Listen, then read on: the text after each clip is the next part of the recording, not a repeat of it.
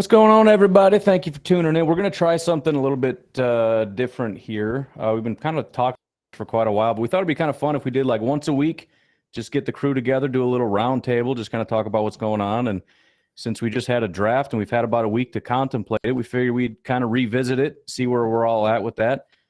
Feel free to drop some questions in the chat if you want. We'll see if we can get to it. But wanted to just start and open it up. We're not going to keep it super formal, so I'm not going to call on you. But if you had any thoughts on the draft so far, I'm curious for everybody, which guy has you the most jacked up so far? Which guy do you're super excited and you just can't? First thing when you wake up in the morning, it's the guy you think about. Who is that? For me, I think it's probably Quay Walker. I just can't get enough of his film. I just keep trying to find more and more games of his to watch. I really love his game, how he can defend the run, how he can cover. I'm super pumped to see him. All right, Jacob, I'm going to call on you because we're in here now. Go ahead, Jacob. Yeah, honestly, when I had to think about it, it'd probably be Kingsley Enigbar.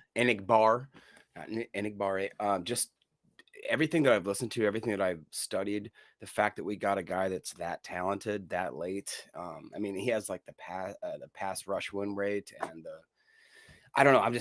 I think that's a steal, getting an edge rusher that late in the draft. I mean, that was a need we had, and we addressed a lot of our needs before we got to him, and to be able to get him in, was it the 5th? I mean, I think that's awesome. Yeah, for me, it's definitely Wyatt, and I didn't expect that, coming in this early. But one of the things I look for in the rookie mini camp, obviously, when you see them, running drills and catching passes with nobody covering them, it's kind of hard to get excited about that. But the interviews that you hear in the locker room really gives you a chance. All the BS is gone now. They're not trying to impress scouts. They're not trying to get check marks on the reports. And the thing that I noticed about him, I don't know why, but I kind of expected with him having a little bit of that negative aspect of his personality, I guess you could say, a little bit of run in there with trouble. When I heard him speak, it was like, this dude seems really positive. He had a great spirit about him. He's very upbeat. And the thing that he kept talking about was brotherhood, my brothers, and getting to play with Stokes and getting to play with Walker again. And just talking about how he's wanting to earn the respect of the veterans in the locker room, and talking about going on candy runs and all that. But at the same time, he was throwing in some jokes of being a competitor, flashing that national championship ring at Stokes. Obviously Stokes didn't get one. So it's just why it's really impressed me here early, just the way he kind of communicates in his spirit. JJ, can you unmute, or are you busy? Hey guys, how's it going? What's up? Hey, JJ. All right. I'm not going to be able to hear anything you guys say while I'm talking because you guys are so quiet on my phone here. So my voice is going to drown out anything you say. So raise your hand if you want me to shut up. So I know this is a family-friendly program, but I brought my dirty Lions fan father-in-law on. So I'm going to let him say who his favorite Lions pick was. Just glad your wife wasn't sitting there. He can have fun being a part of this. But for me, I'm just super geeked out about Romeo Doubs because he was a dude who was really not on my radar at all pre-draft.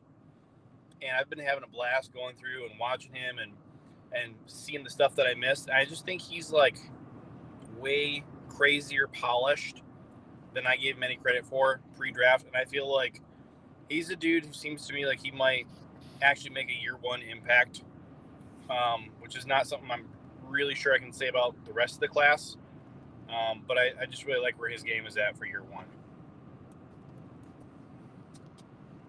Yeah, and I think I've been a Zach Tom guy for a while, but I'm sorry, JJ. I swear I didn't do that. Zip JJ. I'm just clicking buttons and I'm thinking JJ. He's getting my disrespected on accident now. No, I've been a Zach Tom guy for a while, but I think it's Devontae Wyatt for me, to be completely honest, because I just think that guy's going to be an animal. And I was watching some of the clips, and I think I've got it queued up for us. I got a couple clips, and I think it's in the one that I grabbed. But anyways, I was looking through a bunch of different clips that they went through, and they showed the combine. And I remember watching it, and I was like, dude, I remember watching this and just thinking whoever gets that guy is going to get an animal. And we ended up getting him. But just seeing that again, I was like, oh, that's right. I forgot that guy moves like a linebacker. It's crazy. So I'm just super geeked out about that guy. Before we move on, we got a couple people in the comments. Dad says he wants to see Hutch sack. Yeah, I know. Your dad has a lot of thoughts, and that's interesting. But nobody else wants to see that.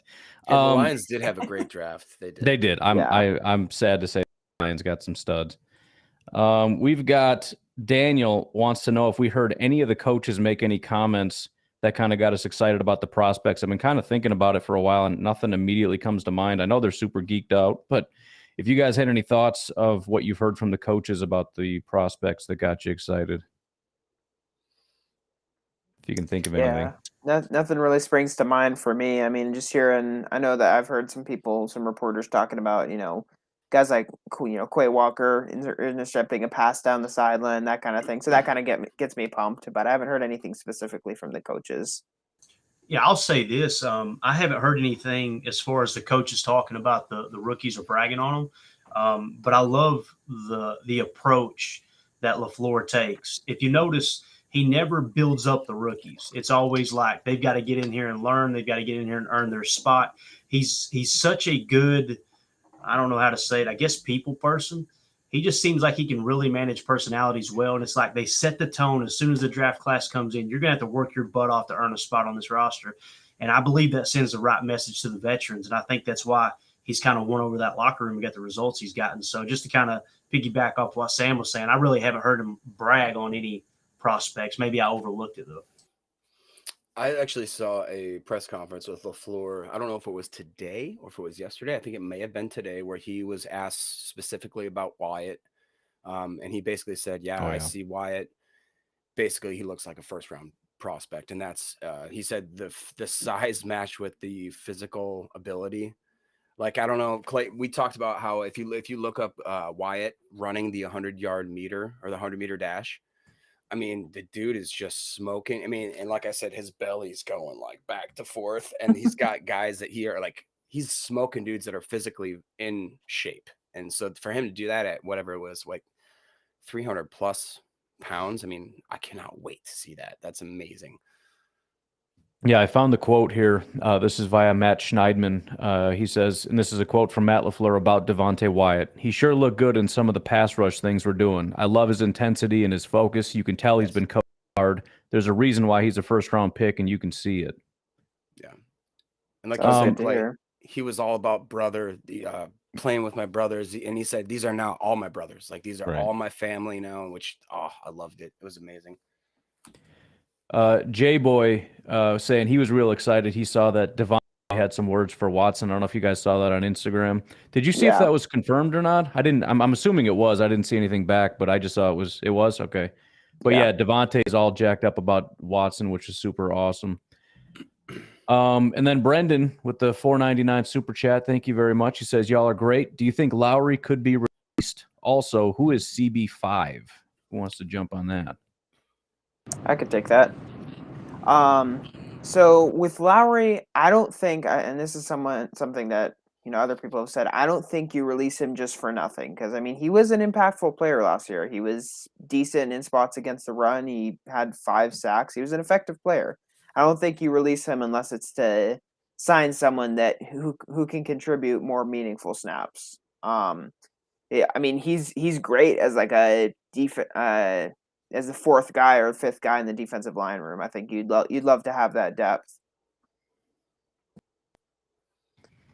And I don't know. I'm trying to go through in my head who the cornerback 5 would be. We know who the top 3 are. Maybe Keyshawn Nixon. They signed from the Raiders. That might be cornerback 5. It'd be Shamar, maybe. Right. I think Shamar might be 4, if I remember right. Keandre Thomas, is that it? It's the guy that's randomly on the draft. It is, yeah. Otherwise, KB and Ento is. If I'm just looking on our lads, they got Ento in that spot too. Yeah. So, and as far as keeping Dean Lowry, I'm looking at Spotrac right now, and it looks like he's got 3.9 million in dead cap with a total cap hit of 8 million. So you'd be freeing up 4 million if you did cut him. Now, there's only two reasons that you would do that. Obviously, if you had somebody in free agency you really wanted to go after here in the kind of the late stages or early new season stages, I guess you could say. Either that or you want to free up money where you can front load a contract extension, somebody like Jair or whoever. But we all know the Packers typically don't do that this early, it seems like. But again, that's it looks like you could save about 4 million against the cap if I'm reading that right. Yeah. Would you guys be comfortable with him taking over, like a Jack Heflin taking over, or a Jerron Reed? Or it shows here that then a guy named Huati Putatu, Patu Tau or something. Yeah, he was a guy on our team, but like that's the thing is if we get rid of Lowry, then I guess we don't really quite. I like Jack Heflin from what I know. Yeah, I mean he did some stuff in camp, but when he got on the field in the regular season, like I watched some of the games he was in. He didn't do anything, like not anything in pass rush or against the run that I sat up and said, oh, that was pretty good. So I'm a little hesitant to depend on him. And another thing is with defensive line, I think that's a position that gets rotated out a ton. And so good defenses are those are those defenses that have that deep rotation at defensive line. And so that's kind of where I'm coming from. So maybe if you want to sign like Tyrann Mathieu gone now, but maybe if you wanted to sign someone like a fairly mid to high level free agent in the secondary or that kind of thing. Yeah, and if we had only drafted one wide receiver, I could kind of see it being like, okay, you could shave 4 million off the cap and maybe go after one of these Jarvis Landrys or somebody like that. But with us drafting, 3 receivers total we took, I don't think there's any chance we're trying to sign another receiver. So if it were up to me, I would say keep Lowry because you can never have too much depth on the defensive line. And then we got a big conversation right now in the chat about Kevin King. It started off with Anthony saying, am I crazy to think we should re-sign Kevin King if he's not signed by June 1st on a sub $1 million deal? Sub $1 million, but yeah. I know people aren't going to like it, but I mean, he can play outside corner and he can play dime safety, right? He gives you a lot of depth at different positions. Yeah, I've been very skeptical of Kevin King when he was like our number one. But I think at this point, from a depth standpoint, I mean, if we're talking number 3, number 4, number 5, whatever, I don't think especially as cheap as he's going to be these days, I don't have any problem with Kevin King. Less than $1 million for him. Is that what you're saying? Yeah, I don't know if that's what it would be, but let's just say in and around that range. Is that what the parameters of this question is, though? Sure, yeah. Sure, yeah. If you sign for under $1 million, you could sign me for under $1 million. Right, I was going to say, yeah. Right now. I'm not saying I'll be good, but I'll tell you, for me, Kevin King, like I said, he was one of those guys that I really tried to hate him, but every time I tried to hate him, I seen him make a play every now and then.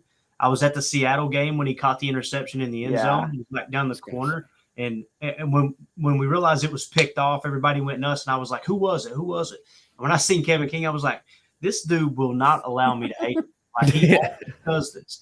And, I mean, his PFF grade, if I'm looking at it right here for last year, was 70.6. So it's like you see a little bit, as far as picks, he's done pretty good with interceptions for the Packers since he's been there. The PFF grade showing 70.6. We know there are worse corners graded out on the Packers roster than that.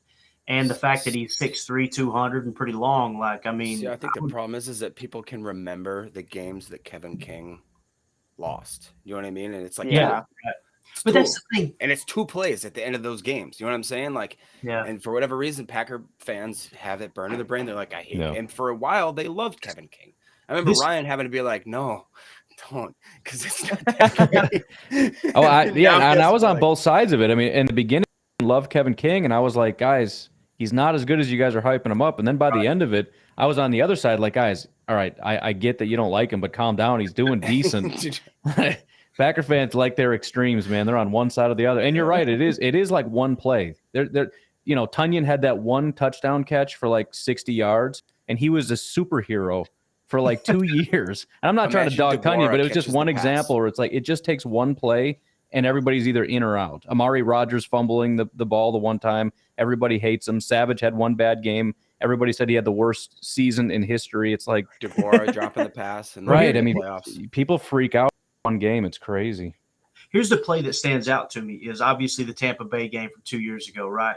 Where he gets beat right before halftime. Sam, Right. I'm going to ask you this. I'm going to put you on the spot.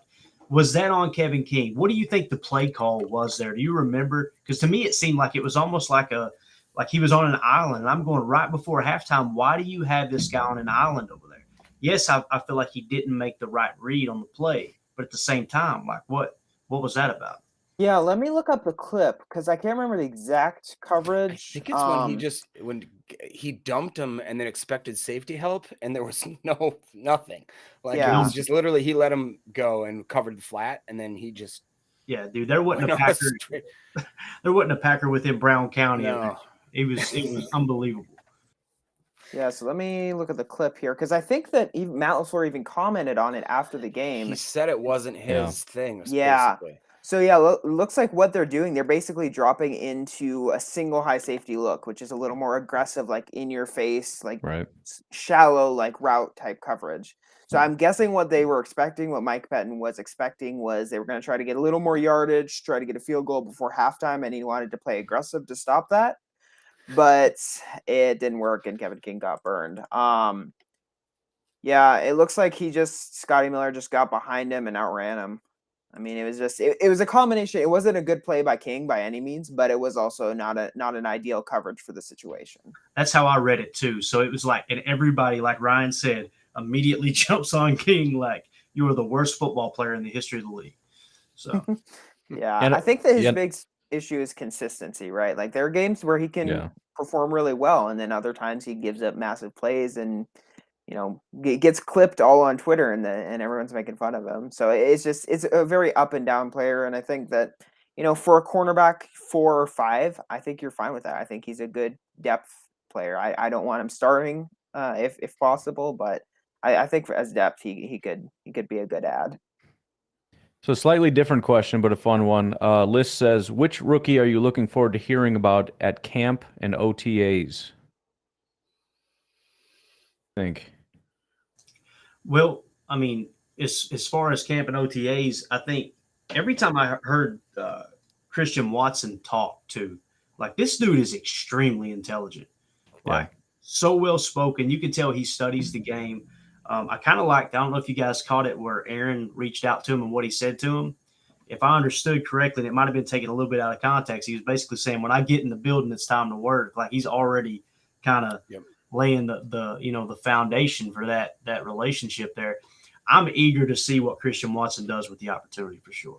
Yeah, I would agree with that. I mean, if I think about what update from OTAs would get me the most jacked, it's a deep connection from Aaron Rodgers to Christian Watson on like a post touchdown or something. Like that's the one thing that's going to get me out of my chair faster than probably anything else coming out of camp.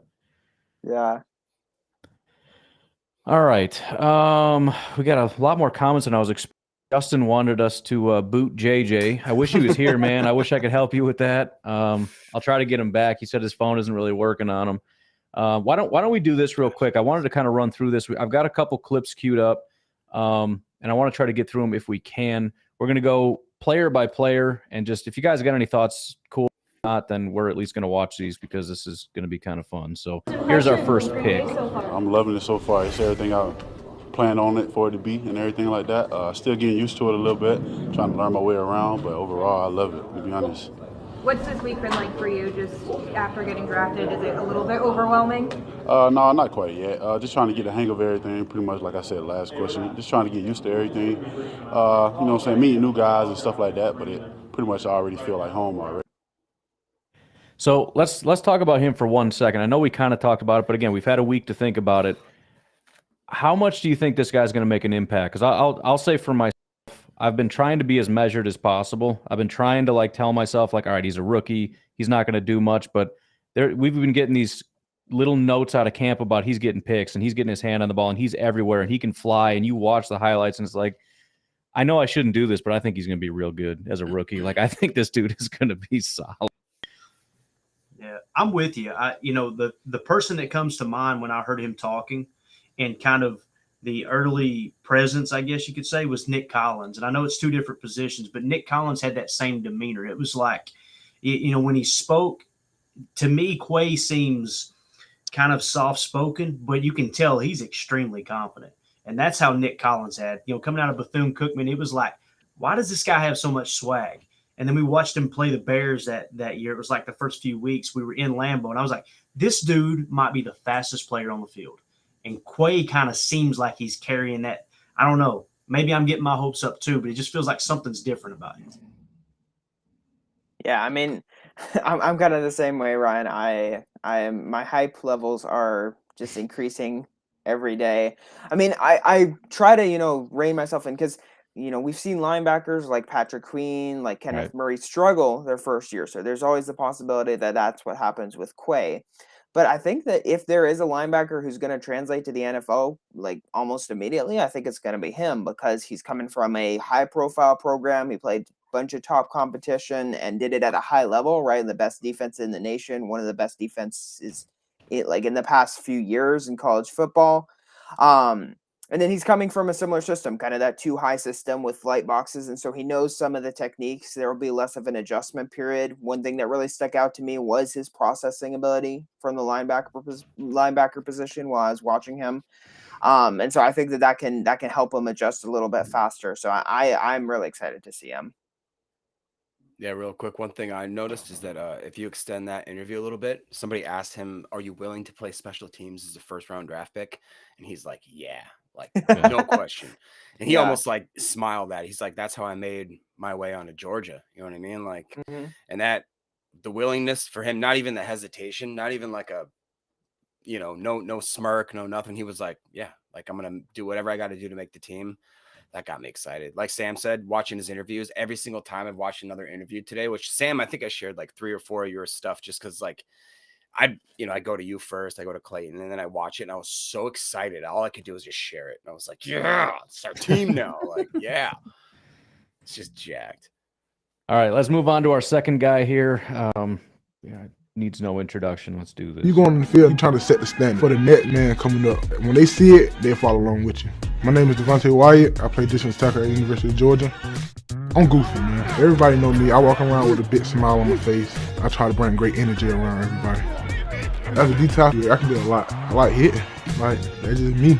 I'm aggressive. When you get in the trenches, in that line, you fighting. You gotta be hard, physical, toughness, and you gotta be. I don't know how you can't get excited about that guy, man. I mean, everything about him.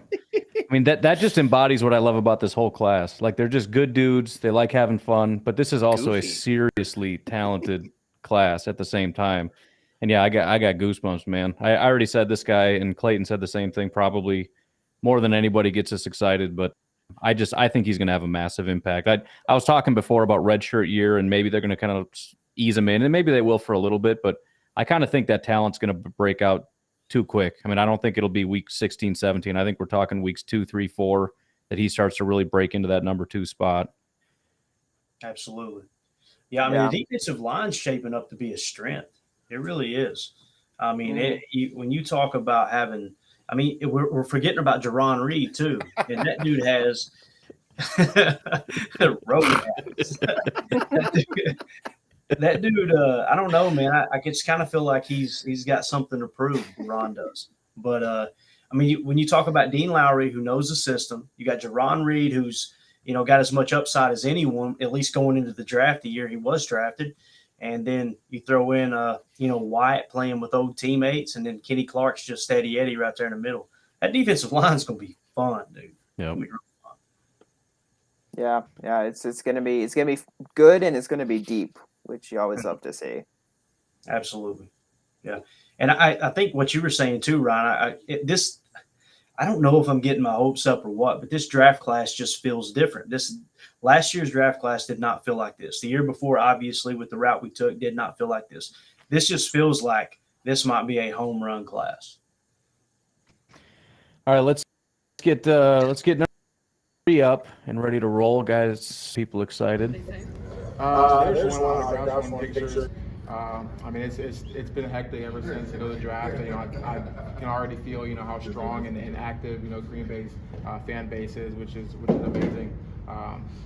Couldn't be happier to be with such a celebrated team. But it's been crazy, but I enjoy it. I think just and as I'm watching that, I'm thinking I think I am getting too hyped because I got the same comment about him as I do as everybody else. It's really just I've been saying and somebody's posted like, look at the first year stats for Packers wide receivers, like as good as it gets is maybe 500 yards. I'm like, see, you just got to temper your expectations. But again, it's like you just watch the guy, and I went back and watched some of his Senior Bowl clips. Just watching how his presence and how strong and how physical that guy is. It's like this guy just feels like that top X number one wide receiver. And again, I'm just telling myself, like, just calm down. It's going to be a small year. Like, he's probably going to be like wide receiver 3, whatever. But every time I watch a guy, I'm like, no, dude, this guy's going to be freaking good. I don't even care anymore. Has there ever been a time though when we've drafted a wide receiver where there wasn't a for sure designated number one receiver? That was actually my first thought too, because Yeah. I think it was Justin Mosqueda posted that, and I was like, that's interesting. But look at who they like. MVS was like the highest with like 500 or something. What was he, wide receiver 3 or 4? Even Jordy and Cobb, they were like wide receivers 4 and 5 time when they came on. 4, right? He was wasn't 3 or 4, yeah. So I do think that is a big factor. I mean, he could walk on here and be wide receiver 1, which when you have Aaron Rodgers as your quarterback as wide receiver 1, you ain't going to get 500 yards. That's not going to happen. Mm-hmm. Yeah, no, with Watson, I think it's going to be very interesting. The thing that caught me off guard was I don't know why, but I had painted in my mind he's this one-trick pony. He's got height, he's got speed, he's going to be a deep threat. But then the more I dug into it, it sounds like they lined him up all across the field. He was running jet sweeps. He was basically the majority of their offense, from what I understand. And I don't know why I had in my mind he was just going to be a deep threat. And I don't know. I think he's got the right attitude. That the picture they showed of him in the locker room where he's sitting there, it looks like he's putting his cleats on or something. And it looks like he's the only one in the locker room. And he's just kind of got this faraway stare, like taking it all in. The dude seems like he loves football. And I think he's going to gel with Aaron. I think Aaron knows that everything out there about him is, well, Aaron's going to make sure he has to have chemistry or he ain't going to give him a shot in this. I think Aaron's ready to put a lot of that stuff to bed. So if they get to work early and we know he's going to be in for the offseason, Aaron will, I think that he could have a big year. I know I want to temper expectations too, but at the same time, man, if he comes out, 2-3 weeks into the season, he's had a couple 100-yard games, I'm just going to embrace it because nobody expected Jamar Chase to do that last year. I don't care what anybody says. No. Everybody refers to this draft going, well, there's no Jamar Chase here. There wasn't a Jamar Chase last year. Nobody was talking about Jamar Chase like he was the next Randy Moss. And then, boom, he blows up. So why not believe? Yeah. And the vibe I get from him, and I think this comes from, being in a small school, being kind of in one where you get a lot of snow, inclement weather, cold, is he's just a really hard worker. And I don't know, obviously, him personally, but, I think that as someone who has a ton of physical talent and is a really hard worker is a really good combination. Like if you just have the physical talent, right, there's a bigger chance you're going to be a bust. But I think we've seen, like with Rashawn Gary, you got physical talent and you've got, the willingness to grind and work and get better. That can lead to some really impressive results. Yeah. And is it crazy though that I know we talk about it every year, but after we do the draft, I swear if we could do if we could do the interviews with the players, I feel like that we could have a better idea as to who the Packers are going to draft because it's going to be humble dudes. Yep. Very nice men. You know what I mean? Like, regardless of what you think about Devontae Wyatt and what he may have had with his prior or whatever, you listen to the kid talk. He's a good person. You can just tell. He's a good guy. Like he said, he's funny. He's always bubbly. And I looked at every single one of these guys' interviews afterwards, and they're all football players who love to play football, and they're good people. And I just feel like that if there was a way that if we could have a good people score, like an RAS score, the Packers would draft those people every single year. You know what I mean? So. The other thing about Wyatt that I found out after the fact that I know it's kind of a taboo thing, but got me super excited is his really, really high Wonderlic score. The guy is extremely intelligent. He's like weirdly smart. Yeah, no, he that shows up on tape, right? He's diagnosing blocks like immediately. Like he sees them and he just gets into position to play him like right away. Like that's noticeable. And of course it's important. He has a very limited amount of time to learn this playbook. He also, Aaron Rodgers has a very high standard of people he's going to throw to, and you got to earn his respect. You better know what you're doing. So, if I got to bet on a guy, Give me the guy rather than athleticism, which he also happens to have, but give me the guy that's going to learn, who knows where he's supposed to be. You know what I mean? I mean, this is where you're supposed to be on the field. That's why he couldn't stand MVS and all these other guys for so long, because they just didn't know what they were doing. But if this guy really can figure out what he's supposed to do and knows where he's supposed to be on the field, right, as long as Rodgers can trust you, he's going to throw you the ball, which, again, that just feeds into the whole how many yards is this guy going to get? I mean, if Rodgers is force feeding you the ball because he trusts you the most, then, again, just tack on a few extra yards. All right, let's move on to our next guy, Mr. Sean Ryan.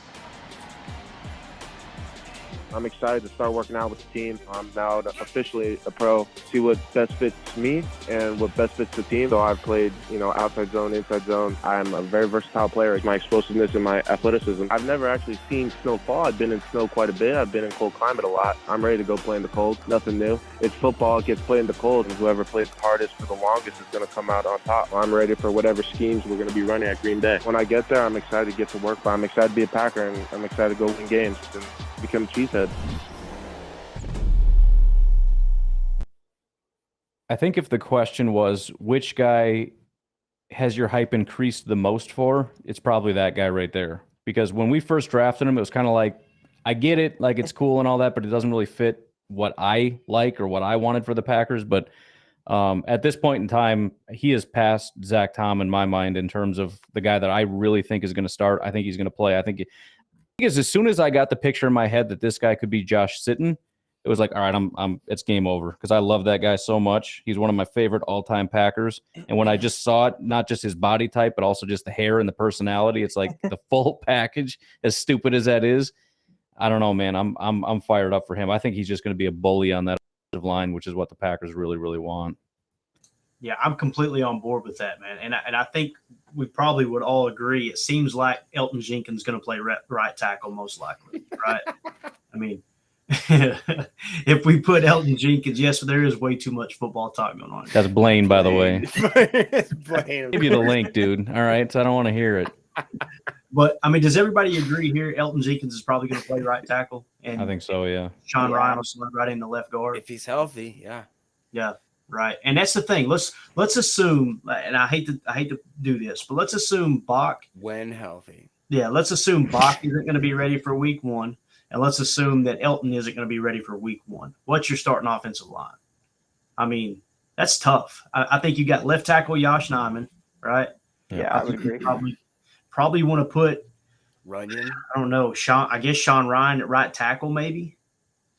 And then you're going to have to start. Let's see, John Runyon would be probably left guard, Royce Newman at right guard, and then at center, obviously Myers. I think that's how it'd probably go. It'd probably be between Zach Tom and Sean Ryan playing right tackle. And you probably know Zach Tom better than anybody, Ryan. Do you think he could play right tackle? Do you feel like what you saw of him? That's where my mind goes. He's the smaller, more athletic guy. So in my mind, if I got to choose which guy's guard, which guy's tackle, I mean, I think they drafted Sean Ryan because he's a better football player. But if I had to just separate it in my mind, give me the more athletic guy at tackle and give me the big bully on the end. I mean, you can put them right next to each other. Put Zach Tom at right tackle, put Sean at right guard. And I think, as far as aptitude, I don't know, but I think in terms of fit, I think that makes sense to me. Yeah, I would agree. Probably whoever, between Zach Tom and Sean Ryan, whoever performs best in training camp and that sort of thing, you probably put at right tackle. Yeah. Yeah, what's great is that we drafted 3 left tackles, I believe. Right. And pretty much, all of them are said, like, you got to kick in, but kind of maybe we can. I think all of them, if they're coached the right way, could stick at tackle. Maybe not left tackle, but the fact that they're that good. Who was it that you said that, Clayton, we talked about it, where it's like they have a 9.9 at the tackle position, then like a 9.99 at the guard position, and then a 10 at center. Was that Ryan or was that Tom? I'm pretty sure that was Tom, but I could be wrong. So. Yeah. Okay. Yeah, that sounds familiar. It was impressive. I was like, and I didn't know it until we went live recording the show, and I was like, holy cow, like, look at this dude. As far as wherever it doesn't, it's awesome. And actually, PFF said today they had a list of the best draft pick of each round, and the number 4, the 4th round draft pick, the best pick of all 32 teams was the Packers pick of Zach Tom, which I thought was awesome. Yeah. All right, next up, we got another guy that's getting a massive amount of hype, not just with Packer fans, but I think around the NFL, and that is Mr. Romeo Doubs. I'm really deep into Green Bay's receivers and the history of them. So I've spent a lot of time watching all the veterans, from James Jones to Randall Cobb, Jordy Nelson, who was in the '87 jersey, Tay, and the list just goes on. So, you said your mom was a Packer fan. Who was her favorite receiver? her favorite receiver, I'd say it was James Jones. Okay. At that time. Or it might have been Greg Jennings. I can't remember. I'm so sorry. But not the history of receivers here is really phenomenal. Hall of Fame, upcoming Hall of Fame. I just really think that it's really a blessing just to be in this facility, drafted or undrafted. Just getting an opportunity is really blessed. So I think the thing I like about him, like I was saying, how much everybody else is getting me hyped up. I mean, Packer fans love him, but then in my mind, I'm like, well, Packer fans like everybody. It's not that big of a deal. But like you were talking about, Jacob, with PFF and everything, and just all the other national podcasts you listen to, this is the one guy everybody points out that's like, this guy's going to be real good. And it's weird because I didn't hear a ton about him, but everyone's like, how did this guy fall as far as he did? A lot of talk about he might be the number one and his route running and all that. So I'm trying to be measured about that too, but nobody's letting me. They're not going to let me do it. So I got to get excited. I don't have a choice. So that's where I'm at with Dobbs. Yeah, same thing here, man. When you hear people talk about him now post draft, it's like, why did he not go sooner? It sounds like he does a lot of things really, really good. And his attitude, again, he just seems so humble. And one of the things he went on to say in that same video clip a little bit later, a few minutes later, he just said, man, I really know I'm going to love this coaching staff. I can tell that I enjoy this coaching staff. And Matt LaFleur, man, you got to give him kudos because losing his offensive coordinator, Hackett, they said Hackett brung that energy. And LaFleur just continues to replace it. Like just putting people in position. It seems like he understands that the way to connect with the players nowadays, it's not, I'm the coach, you're the player, you're beneath me. It's let's make this fun. Let's keep their attention during meetings. And it seems like they just always tend to do that.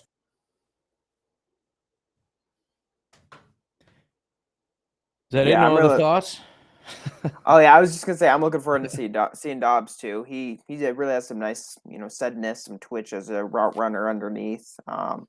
Then he can go deep. He can threaten deep. I really love his hands. Like they're super confident. He can just pluck stuff out of the air. It's fun to watch. Yeah, I think it's interesting that he once again he's from the Wolf Pack. So Wolf Pack, everybody. And he was, I believe, wasn't he? He basically made Carson Strong, right? Like Nevada, he was, I think, the top receiver for the last 2 years, over 1,000 yards each season, I believe. And like you said, I mean, me and Clayton talked about how Christian Watson seems such a promising return guy, but why? He's a second-round prospect, almost a first-round prospect. Let's put Romeo Doubs back there, who's, again, I think he's 6'2", ran a 4.4. Like you said, he plucks balls out of the air. He was the number one X receiver at Nevada, which was the only reason Nevada could run their offense. Like, I think people are sleeping on this guy. So I think it's a very, and again, I don't think there's one prospect that we've got that people, besides maybe Quay Walker, that people are like, they got that guy as a steal. You know what I mean? Like we consistently, everybody that we've drafted, I can see either 15 to 2 rounds before what other people projected him at. So I just think it's been a great draft. Like Ryan says, I'm trying hard not to fanboy about everything because it's like there's no way that 11 out of 11 prospects or whatever it is, 10 out of 10, whatever it is, like they can't all be good. But right now, I feel like they all can be. So. Yeah, based on what we've seen so far, I'm pretty confident that our class, they're all going to be all pros, all going to be Pro Bowlers. All of them are going to make the rookie team. It's just going to be great. Yeah. Who is the offensive rookie of the year? All of them. Just exactly. The first year we get like 6 of them. The Green Bay Packers. All right, next up we got Mr. Zach Tom.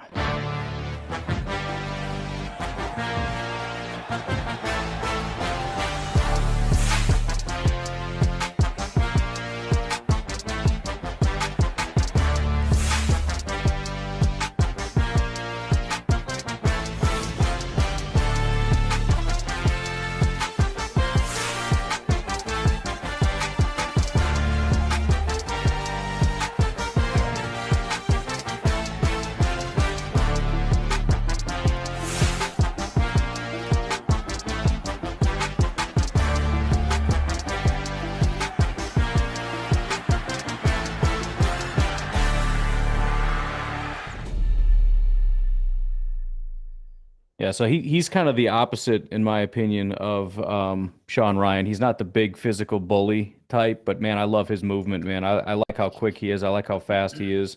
And I think the cool thing about him, too, is with the offensive line coaches that we have, I think he's got such a high ceiling. I think they can do wonders. I don't know if they're going to try to get him to put on a little bit of weight or what, but I just think he's got such a high ceiling. When I saw all the metrics over at SIS and I'm looking through, and I don't even know if I know who Zach Tom was at the time, but I'm looking, I'm like, oh, Zach Tom's number one, Zach Tom's number two. Like, who the heck is Zach Tom? He's at the top of every freaking list on here. His metrics are through the roof. I mean, run blocking and pass blocking. So it's like anything else where he got drafted that late for a reason, and he got drafted after Sean Ryan for a reason. So I got to trust that the Packers are looking at it and they have a priority, and everybody else does. But I can't help it, man. This is my guy. I put my stamp on him early, and I got to do with it.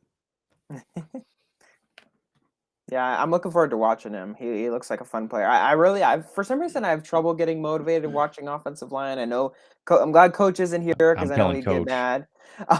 But I mean, when I get into them, I usually enjoy them. But sometimes it's hard to get motivated. Anyway, I'm really looking forward to watching him because he looks like he just moves well. Got great feet. Looks like his anchor's really nice too. Though obviously I'd want to watch more to make sure of that. But yeah, he looks like a fun player. I'm very sad to announce that my Kingsley, I'm just going to say Kingsley because I keep getting confused whenever I try to say his last name, but my clip is gone. I don't know what happened to it. So we got no fun Kingsley clips to play. So I know you guys are pretty jacked about Kingsley, so I'm just going to let you guys talk about him. Well, I mean, yeah, that was my guy. Yeah. Like I said, I can't believe that he fell that far. And I've tried to figure out why that was the case. And I really haven't found anything other than the fact that he just fell. I don't know. And like Sam, we probably know a little bit more specifics, but he seems like he's the guy that like the ideal kind of like Nick Benito, where they classified him as just a pass rush specialist. Well, it's like, okay, that's perfect in our situation because we have Rashawn, we have Preston. So even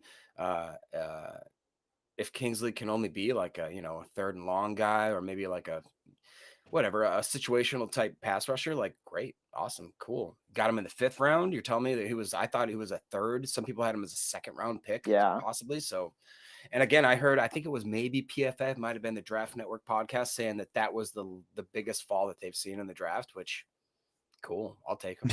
Yeah, and the weird thing is we haven't heard from anyone why it would be. Like we haven't heard any injury news like we did with Nakobe Dean or it's so weird. But yeah, I mean I what was agree. his official height? Remember that draft night I said I thought he was short and you were like, no, he's like 6'4". He's a big dude. PFF has him listed as 6'1", I believe, which that was the reason when I looked at him, I was like, nah, he's 6'1". But if he's 6'4", I don't know. Yeah. I don't know why he would fall that far. Yeah, to me, it's got to be the measurables. I mean, when you look at his RAS, came in at a 6.26, and when you look at the chart a little closer, I mean, they're showing that he graded out low for his weight at 258, but then they're also showing with the shuttle and the 3-cone being in the red, everything else pretty much in the yellow other than the vertical. But that does give him a great explosion grade. So I think that's the only thing that caused him to fall, that and the fact that maybe he doesn't play the run as well. Maybe that, a combination there. But we got to admit, there's a reason he fell. The Packers would have taken him a lot earlier if they thought he was worth being taken a lot earlier. Is it because there's that many freaky fast twitch edges this year? You know what I mean? Like with the Walkers and Hutchinsons and Thibodeaux and Gunters, even in the late rounds, you know what I mean? Like the guys that have the 9.9 RASs and that. So I don't know. One thing about it, he's going to be hungry, dude. Like he's going to be looking to prove some people wrong. Chip on his shoulder. He seems like he's got that in him too. So I think Kingsley might be, and I don't mean this to sound like he's going to be this good, but I think he's kind of a Za'Darius guy, where it's, if you look at the measurables, if you look at the measurables, 3.73 RAS, I mean, he doesn't have speed. He doesn't have any of that stuff, but for whatever reason, it's all there. It's on the field. He does a great job getting to the quarterback, and that's your job. So I think, if you look at the measurables and stuff, it's like, I don't know if he can do it, but some people can just do it, and he's proved that he can do it. So it'll be interesting to see because, like we've been saying, I mean, falls that far for a reason. But if he can just show that whatever problems you had with me not being able to translate into the pros was stupid, then we got ourselves a massive steal, I think, with this guy. Yeah, I know. I just kept watching his tape and like this is a second round player, right? He's got these great hands. Like he's violent. He's relentless. You know, his run defense. Like I think that it's a little bit overblown. Like I think he can do it. He just needs to get more consistent, right? So I think that'll be something he can develop. Like it's not like he's 240 pounds like the guy out of Utah State they had last year. I can't remember his name, but yeah, he can defend the run. I think he just needs to get more consistent. Yeah. So I don't want to hit on every single person necessarily in the 7th round. So we'll have one representative. I got a video of Tariq Carpenter, and then we can kind of just run through it. If any of these guys get you jacked up, but here's Tariq. You know, my whole career football since I was a little kid. You know, never really played on a team that had a real big fan base. You know, like Georgia Tech ain't really, you know, they ain't got that big of a fan base, but. Man, but just coming here, man, it's crazy, you know, just walking down the street to practice, you know, everybody know who you are, you know, it's crazy coming to practice. Then they're here in this cold weather still trying to support us, even when they ain't got to, it's different, you know, and I'm just glad I'm here. This is actually warm. Oh, yeah? Sorry to tell you. This is warm. I'm in shorts for a reason. I'm from the South. I've been in the South my whole life, so. You'll acclimate. Yeah, I'll be all right. I see everybody else freezing with me, so we're going to be good, yeah. I think that, again, that's just another clip of these guys, man. These are just good dudes. And Tariq is the guy that was the young man with the Packers shirt on. You know, he's been a Packer fan since he was a kid. So, I mean, I think maybe more than anyone, if we're passing out awards for these guys, he's the one maybe I'm rooting for the most that maybe isn't quite there. And I don't know, you don't see that easy path, but man, I want this guy. I mean, he's just such a good dude. He's a Packer fan. He deserves it. And I hope he can find a way, whether that's special teams or otherwise. Yeah, totally. And with this RAS as a linebacker, he's an 8.92. Yeah. The only thing showing in the red is weight, and then obviously the shuttle and the 3-cone. And that's why I think he could really, really be effective on special teams. You get that guy with that kind of athleticism, you know, 4.5 40, running a 2.6 20-yard split. And you don't need much 3-cone and shuttle on special teams when you're gunning kickoffs. Like, just stream down the field and knock somebody's head off. I think he's going to make an impact in that regard. Yeah, I would agree. I think special teams is going to be where he makes his living. I think that the main thing he needs to work on is his tackling, because when I watched his tape, every time he tried to go make a tackle, he either missed it or it was like a highlight, like hit stick tackle. So it could either be really fun to watch him or it could be really frustrating if he doesn't get that straightened out. But I think special teams is where he's going to hopefully be able to insert himself and kind of get more playing time. Yeah, I loved watching Tariq Carpenter. I mean, it was like you said, you can't help but root for the kid. He just seems like such a good person. Again, you watch his interview and you're just like, yeah, dude, I want you on my team. I could see him possibly, I don't want to say this out loud, knocking out Ty Summers as the left inside linebacker position. But then again, I looked at where he could fit in, because Clayton, we're going to talk about him tomorrow. So this is a little bit of a preview of what we're doing. But I saw him. We don't have a 3rd string strong safety or a 3rd string free safety. So I don't know where he fits in that tweener. It's remember when we talked about Troy Anderson, where he's either a really great safety or like a okay linebacker, or vice versa. You don't really quite know where he can fit, or he's a roaming, kind of like how Woodson did in those final years, where he's like a safety / edge / cornerback / just wherever you put him. Yeah. I just want to see. I mean, what is he? 6'4", 6'5", 6'4". He runs the 4.5 40, like you said, and he's, like you said, Sam, all the things that I read about him, and when you watch him, it's like either he knocks the dude out of the park, like highlight reel, or he misses so bad that it's like, right. What are you doing? Yeah. So I don't know. Find a happy medium there somewhere. I don't. I can't help but root for the kid. He's so, he's got the same shirt that I wore when I was basically that age. Like, not that age, but if you reverse 15 years, shut up. Yeah, we got it. When I was that age, shut up. Yeah, no, I was wearing Patrick Swayze shirts at that age, so I don't know. Roadhouse. Yeah, no, I think that's a good point. I mean, if you look beyond our starting linebackers and our starting safeties, there's nobody that's in 10. We have it's Tipa and it's Chris all Barnes, pencil, and Ray it's wide Wilborn, open. Ramsey. And the other thing that somebody pointed out that I thought was really cool is because he was primarily when we drafted him, like, oh, he's a safety, whatever. And right after the comments from the coaches saying that they might try him at linebacker, somebody pointed out, if you look at his measurables, he fits like identical to Quay and Campbell, like same height, same weight, same speed, like he is their prototypical linebacker. So, again, there's a question of how good can he be, but with as weak as our number 3 and beyond linebackers are, if this guy can learn to tackle, because granted, that's a major thing, right? If you can't tackle, you can't play. But if we could teach the kid to tackle, I think the Packers would love to have him as that depth at linebacker. He has almost the same measurables as Kyle Hamilton. Like, yeah. Okay. Yeah, he's like 6'4", 225 or something.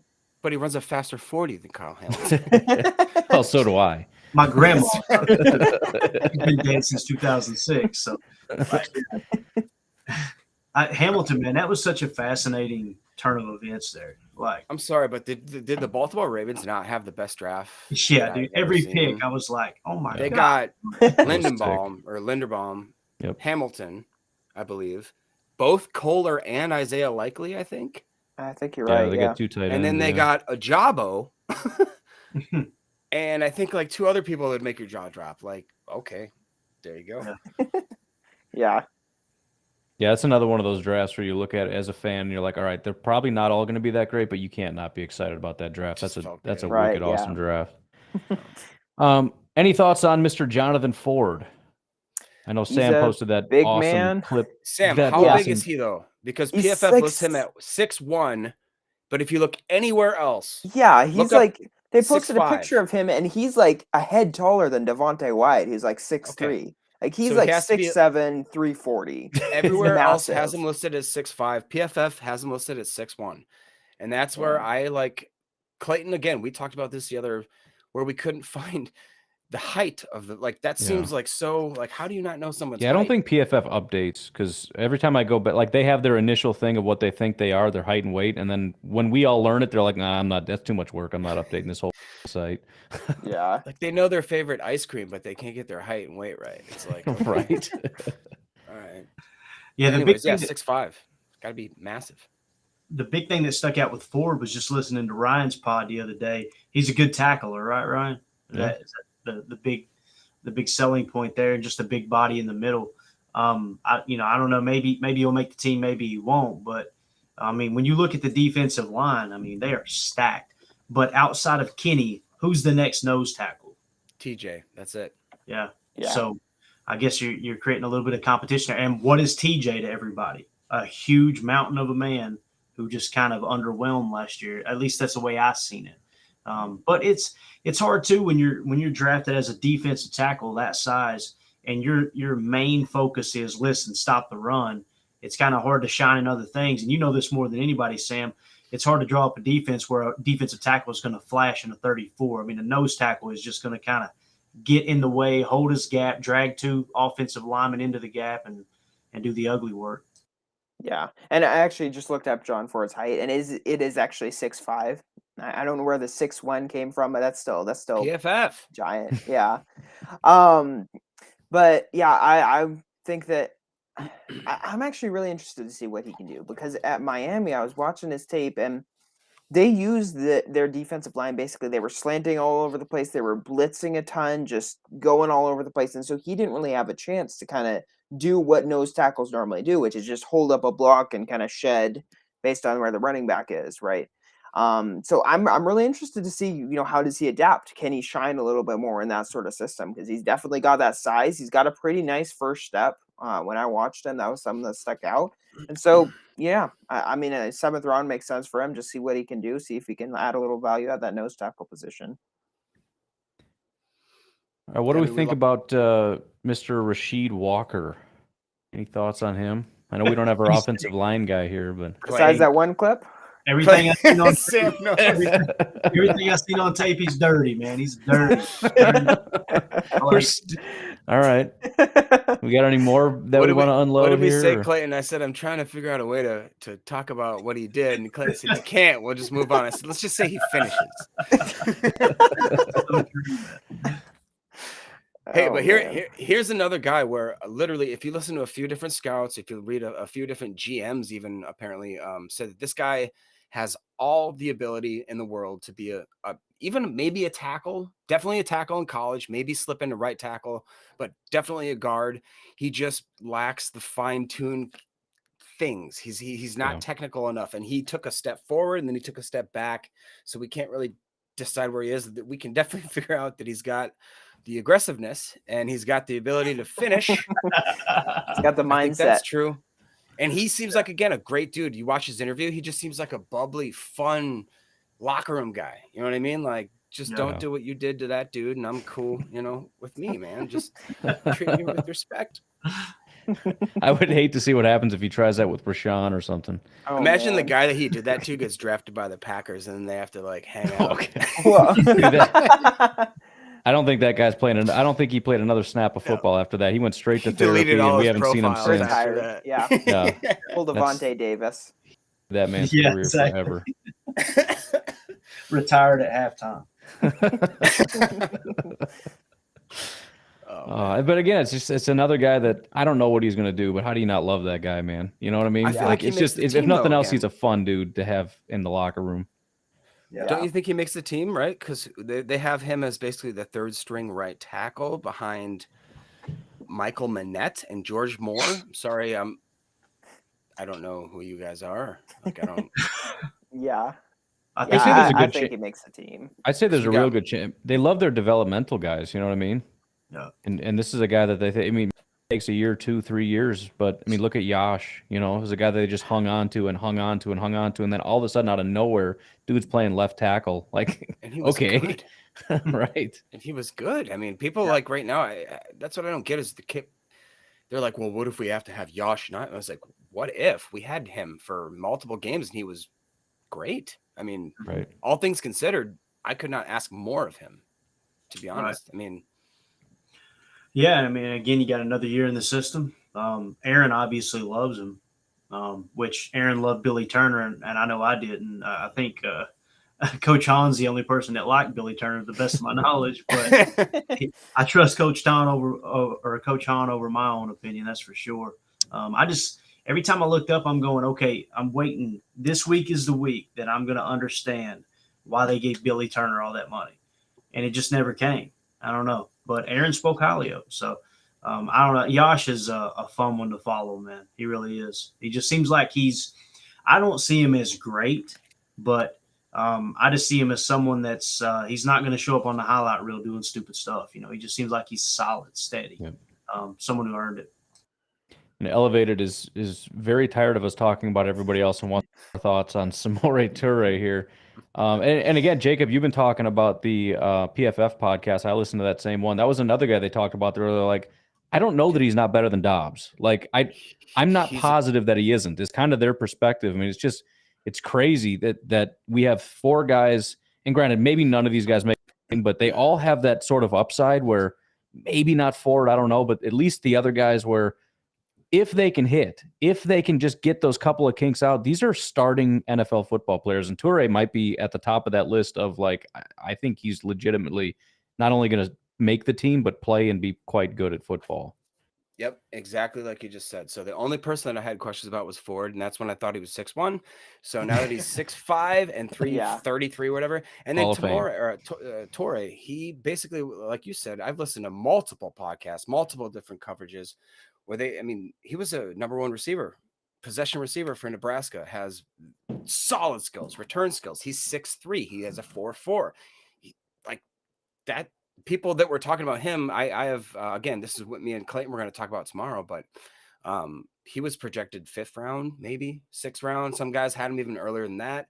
The guy, again, humble as all can be. He's excited to be there. The only problem I had is what me and Clayton are going to talk about tomorrow is where do these guys fit into our 53-man roster? And even if we carry 7 wide receivers, who do we cut to take Samori Toure in?